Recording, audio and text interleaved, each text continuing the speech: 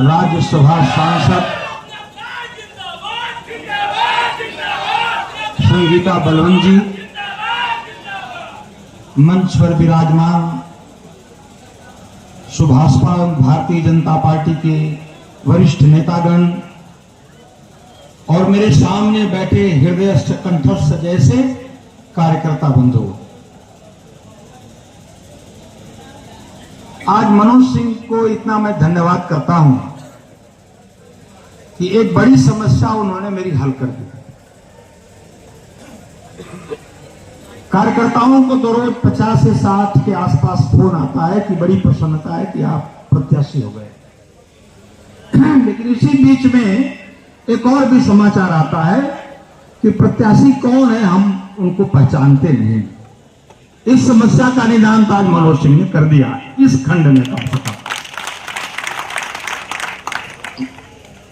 दूसरा, जब मुझसे सवाल पूछा जाता है कि आपको टिकट कैसे मिल गया, इसका उत्तर मैं एक ही देता हूं उन लोगों को, जिन पत्रकार बंधुओं ने और जो उन लोगों ने पूछा कि इसके लिए तो आपको भारतीय जनता पार्टी में कुछ दिन रहकर काम करना पड़ेगा, तब आप जान पाएंगे कि भारतीय जनता पार्टी में कार्यकर्ता का महत्व क्या होता है।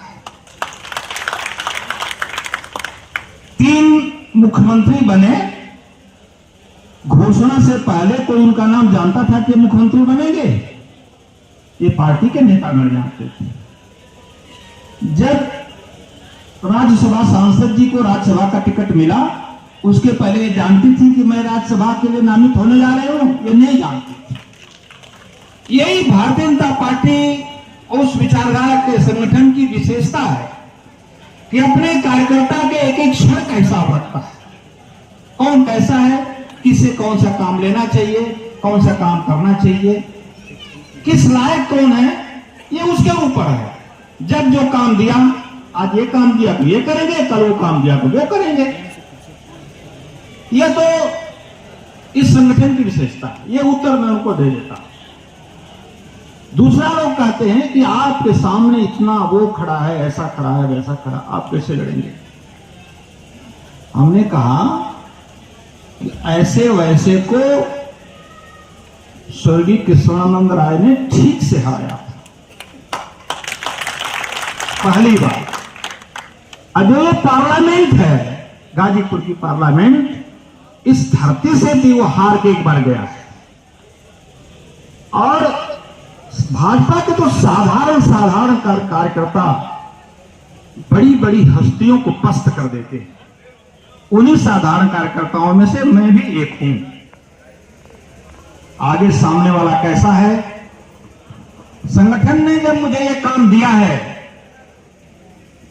तो उसको पूरा करना भी मेरा यह धर्म है।